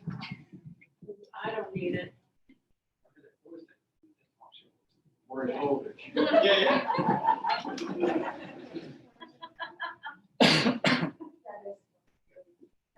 So going back many years, we had a program called A+, okay? It was an alternative education, online-based program. It was run by a teacher. And in the beginning, we did see some success. And so as we move forward, what we had found was the program itself was so easy that kids were getting through those credits, flying through those credits. It wasn't equivalent to taking a class, okay? It almost so that kids wanted to do that because it's just that much easier. And so then over time, we went with Edgenuity, which is a more challenging program. So this year, for a lot of our students, in fact, we opened it up and we had aides and we had teachers that were running these programs through Edgenuity. A lot of students, and it has K-12, and it has every subject you can offer on there. And they were in that class from August till the very end, and some of the students didn't get one credit that whole time. And had you have put forth the effort, you could have done it in a week. So it's become really ineffective. And then what you're talking about, I think what you're referencing is like doubling up back to back with English. Well, just for seniors. Right, so but what we're finding is, I mean, when there's space in the schedule, we've done that, but what we're also finding is that when we're doubling them up, it's more difficult. The case, I mean, it's, then you look at they're like flunking both instead of just, yeah. Because typically they have a hard time too with that area. Well, yeah, I understand it's a lot of writing, it's a lot of work, but my thing too is also, are we checking in on these students and not just saying that they're being lazy or, you know, I personally know a student whose grades just went down and we didn't know why. And now we know why. And are we helping the kids that are going through certain things? You know, making sure like we're looking to see if their grades are going down and they were doing good, you know. I don't know if it's all 56 of those kids. There might be some, half of those kids that are being lazy, but then what about the other half that something might be going on? And I think you're absolutely right. And that the social emotional component of that, what they're going through. We did, especially during COVID, so we did work with Mr. Ketchar, who was reaching out and conducting Zoom sessions with kids that we knew were at risk for some of those things prior to.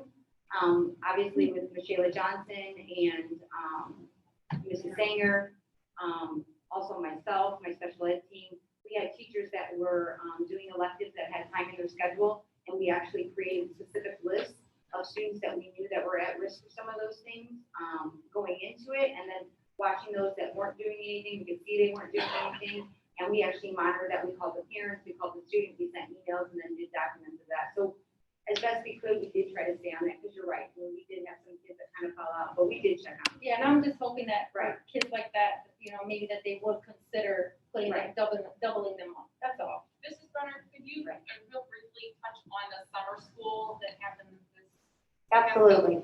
Just to kind of give them an update. Yeah, an idea of what was offered. So, you know, during the summer is the time that if you need to recover credits, if, you know, you have a shortened space of time.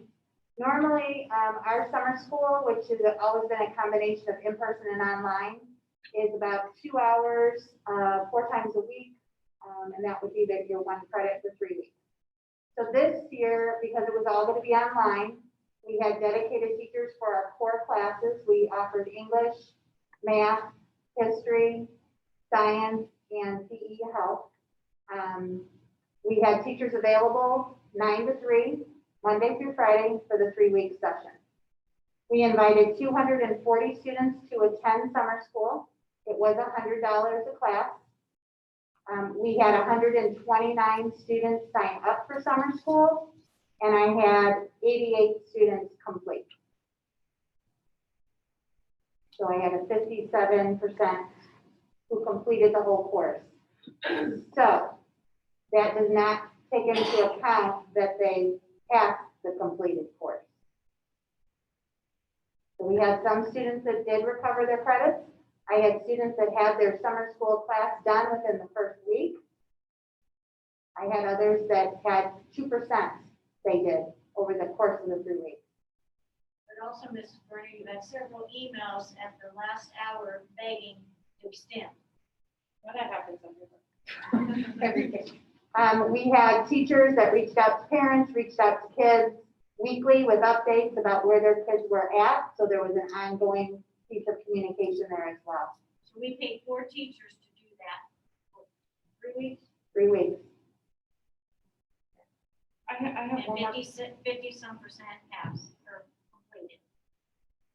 I have one more question, but I'm not sure that this was on the agenda, but just to make sure, I don't know if I have to sign up to talk about it for next time, but I wanted to talk about some of, maybe like restorative programs, or I know a lot of the times I have experience, with suspension of students and like a no fly, that's it, you're done, you're out.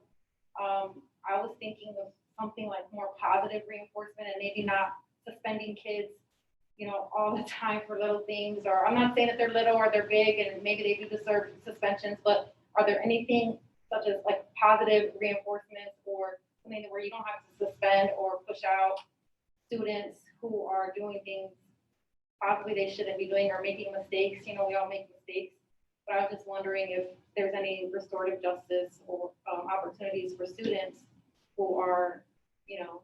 We don't have per se restorative justice, but I do want everyone to really understand that as an administrator, you don't want to suspend your kids. You don't want those students out of the building, because where are they going to learn but while they're in the classroom? We have multiple conversations with some students. We did add a fourth counselor at the high school as we brought over sixth grade, so there are 4 counselors. I feel like more conversations then can happen between counselors. We could do a better job of monitoring. I think Mr. Kupchar and some of his background in training is a direction that we're headed, more of a positive behavior intervention system, really getting to know our kids. And I think we can move to a better place, but I do need parent support when it comes to having that conversation. As an elementary principal prior to this, there were a lot of times I picked up the phone and said, hey, I'm just giving you a heads up this happened today. There's no punishment right now. There's no consequence other than please have a conversation with your child at home. He needs to keep his hands off of so-and-so. There wasn't any injury. We both kind of were in it, but, you know, have a conversation. And I'm going to tell you, sometimes I heard, why are you calling me that? Well, I'm calling you because I want to help, so we don't have another, you know, and I'm going to tell you about 99% of the time when I have a conversation with a child, whether they're a kindergartner or 12th grader, the first thing they tell me when they're in trouble is exactly what they should have done to stay out of trouble. They know. So I know we focus on the suspensions and we don't want the suspensions, but there's sometimes that our hands are tied and it's warranted because of what the infraction was.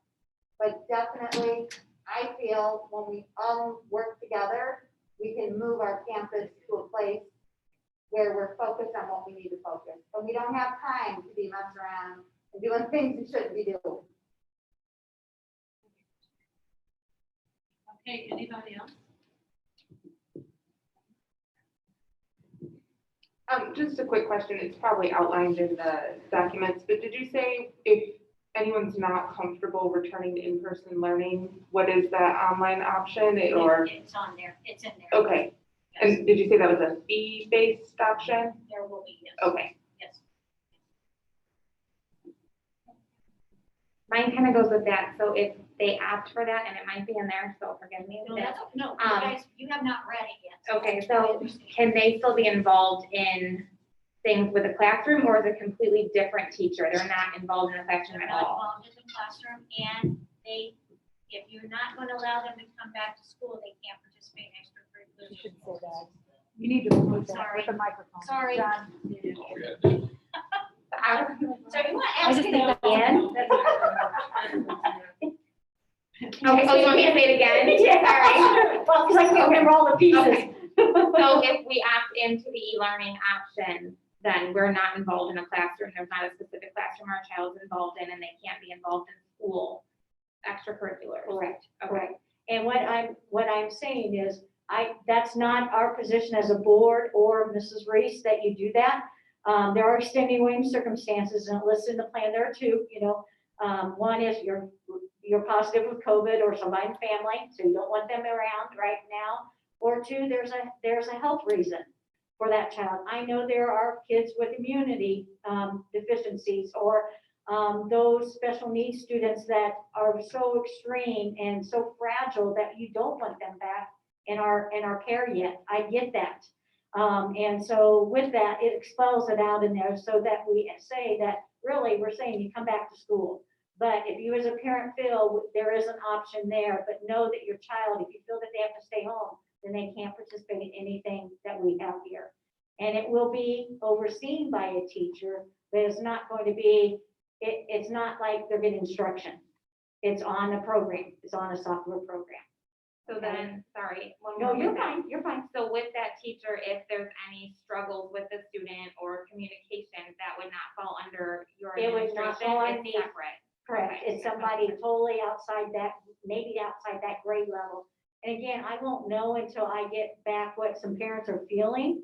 And there is a thing on the survey that says, if you feel that way, if you feel that way, why do you feel that way? What could I do to make you not feel that way and to send your child back to school? So there is a spot that I want to know why. Okay, does that make sense? Yeah, sorry, I have one more question. No, you're fine. Have it. So this is completely just based off Brenner's information.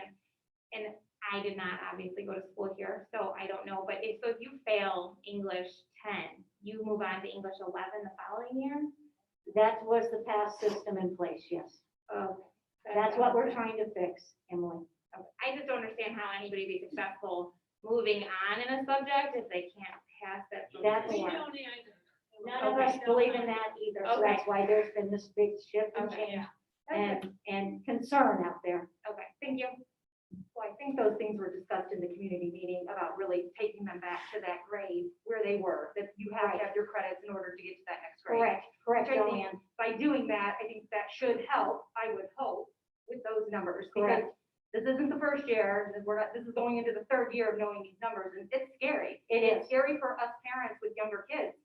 Like, do we want to keep them here in Griffith Public Schools? Because you've got a huge percentage of kids that once they leave those grade schools, they're not making it through high school.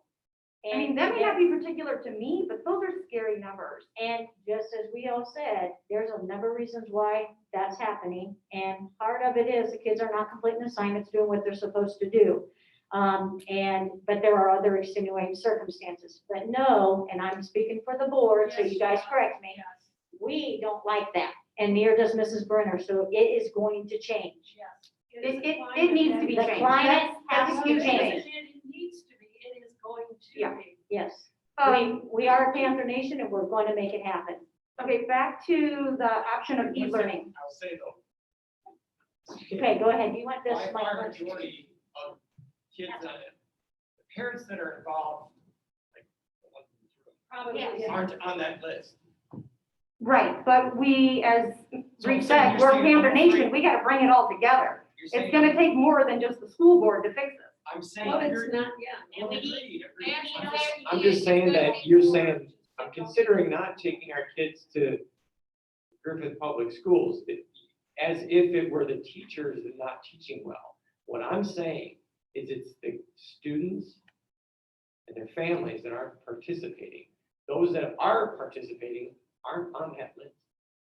It's a two-way. Back to the It e-learning. is a two-way and we're doing our part. I'm just saying, We need parents. the statement that those numbers mean maybe I shouldn't put my kids in that school is saying that it's all the school's fault. And it's not. No, I'm saying it's a concern. I didn't say it's the school's fault, so don't put those words in my mouth. But back to the e-learning. Why did Griffith decide not to offer an e-learning or a streamline for these kids that cannot attend school due to their illnesses? Many schools are doing a streamline or offering e-learning. So just wanting to know why Griffith decided not to offer that. Because that means that e-learning, we'd have to be live streaming the teacher in the classroom. We do not have money to pay for all those devices to get that done. And two, the teachers and I have had that discussion. And what's gonna happen is, just a minute, folks, people over here, I got to talk to the person, they're having trouble on that. It's not going to be conducive. We are not equipped and ready for that, near our teachers. They're scared to death of that.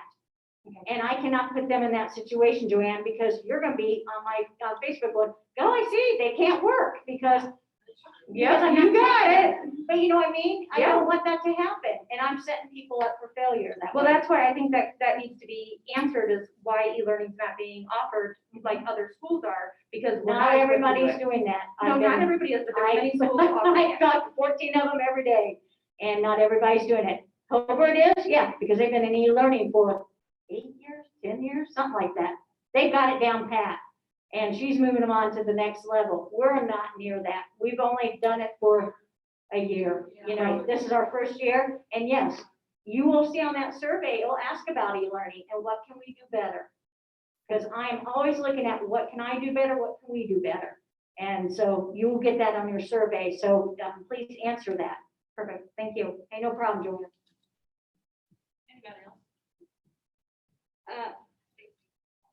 I know that we're preparing to go back to school 100%, but if the COVID numbers do climb and we do have to go back to an e-learning style, is it going to be teacher-led as it was in the fall, or will it be this outside service that question, you're Erin. using for the people who don't want to come in back? No, it will be teacher-led, and hopefully we'll have more tools in our box to even get better, especially with what suggestions parents have.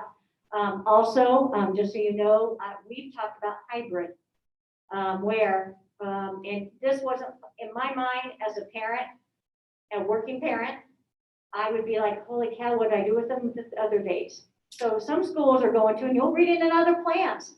Okay, every Monday, Wednesday, your child will come to school while Susie goes Tuesday, Thursday, and then, well, no, sorry, Wednesday's off because that's when we clean everything, and then they go Thursday, Friday. Well, as a working parent, that's a hardship. I can't imagine how you're gonna find. Now, it is a part of the plan if I would have to get to that point. That's my long term, or we have to go full e-learning. We've talked either way, and I put it in a plan that that's a decision we'll make, and we'll make it together. Hopefully it won't get to that point as we start the school year, but you just never know. But that is part of it, but no, the e-learning would not be by that software program. Okay, and then you did say that you were looking to add more tools to your toolbox, and if we do go to e-learning. And previously you said that we were going to be getting Schoology. Will we be implementing Schoology this year? Yes, yes, and we'll be doing training on it, and Robbie is getting together even training for parents to do safely. I haven't broached it with her yet because that's on my list to do. You know, there are some parents that are not going to feel comfortable coming in, so we're going to have to videotape ourselves and make it so that you guys can watch it too. And some of us just forget, like the August 12th, you know, oh, I forgot what she said when we were in there. So you can go back and refer to the video. So that is one thing that we're going to do. We're going to do some training for both, not only our parents, but our staff as well on that. Okay, thank you. No problem. I'm sorry. And I think Leah has. 1 second. Follow-up something. Just some clarification on the online option. So the online option, it is through the Edgenuity. That's something that we here are familiar with. But we typically use it for our high school it's the credit recovery. So to give you just a brief description, it's very colorful visually. And a person comes on. It's like a cartoon, but sometimes when you look at it visually, it's so colorful, it looks like that. They come in, they explain the lesson, you take the notes, you do a review, and then somebody here would be opening that test over that lesson. And so they open the test, your child has to score a certain percentage to move forward. If your child doesn't get that certain percentage, then we have to reopen that test again, and then you have to get a certain like 80% to move on. So it is standard based. It's something that we're asking parents to commit to for the whole semester because you don't want to go back and forth. And it's something that we're hoping that for the parents that do have community or even just students, for a short term, that we would still keep you as students, you can feel part of the Panther family, that you're here somewhat. It is not something that, and as educators, I think we can say this, it is not something that we would recommend for like our English learners, our students that receive title support, our struggling learners, or students that require different attention through special education, because truly what we know about this is that when they come back, there is a larger gap in that learning. And so to be fair, I mean, it's not something as educators that we say, it's something that the kids that are able to self-motivated, they can do it, you know, average to high average kids, they seem to do fine. But otherwise, the parent has to be very much involved to help them. They will use it. You just gotta hold them closer to your mouth. Okay. So with this whole e-learning, and I looked through your plan, the ingenuity, whatever it's called, they're still considered a Griffith Public School student. So you still get funding from the state per Yes. student. Yes, Parents want to know how much it's gonna cost. And I didn't see that outlined anywhere, and I was just skimming, how much does this cost for the student? we will get that notification out to the parents when everything, once we know. But we want to know before we have to register, this is a big decision we have to make. We will be getting it out by next Monday. We will get that to you. Okay, and then you're saying that we have to do the wellness screenings at home. But John, you said that students and families, you know, aren't participating in, you know, their child's academic life. How can we trust that they're gonna do these wellness screenings at home? It's kind of contradicting itself. We're just gonna have to trust that these parents help us out, and we're But gonna have to. he said himself that students and families aren't participating. And then you're gonna say, you know, that they have to do these wellness screenings for COVID, which some people are really fearful about. So that's why we've got all the other protections. I mean, And you're contradicting yourself. I'm not contradicting myself. You guys all, okay, I'm just suggesting, I was just saying that the reason we had, not contradicting, I wasn't even relating the two. I'm not contradicting myself. okay. I was making a statement that the students that are missing these credits, that are struggling, there's a large majority of them that are not doing their work. That's all I was saying. And But you if the said, okay, the parents aren't logging into Power School, not engaged, like most of you all are. Okay, and if they were modeled after you, that would be really great. So that's all I was saying. It had nothing to do with COVID. okay, I'm but far from COVID, actually. there's only a handful of us here right now, and I don't want to guess, I don't know. Do you still plan on implementing project-based learning, mysteries? Like, how can you do that if they all have to practice social distancing and project-based learning is done in groups? We will make tweaks to things as we start to move along. For example, we know that certain things we cannot do, like the sharing of supplies and stuff like that, that they may need for, so I flipped it on the teachers and said, I do know, like in cooking class.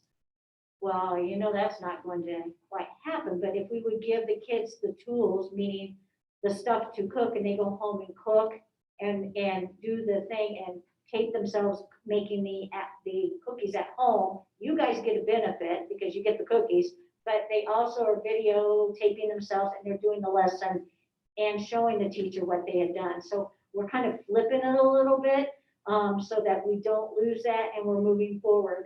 The one thing the board has instructed me, we're not stopping with the plan, Michelle. We're moving forward because I know some people were saying, well, wait, can we hold a minute? We got too much going on. We don't need, and their viewpoint is, no, Michelle, we're moving forward. So I am that's what makes me not sleep at night, is I'm trying to think of how to get this to all mesh, but for our kids' sake, to get that experience and move forward with the plan. And that's a long-winded thing just to say, I'm gonna try my best. Okay, so by Monday, we'll have the price Yes, of the yes, online schooling. Yes, yes. We're still finalizing it. We just want to make sure certain things, if we put a lot of work and they come in and say, no, this isn't happening, then that defeats our purpose. But Megan and I have already talked about it. We just need to finalize it and we'd be okay with it, and then we will post it. And a lot of parents are out of work or furloughed due to COVID, but want to keep their children at home.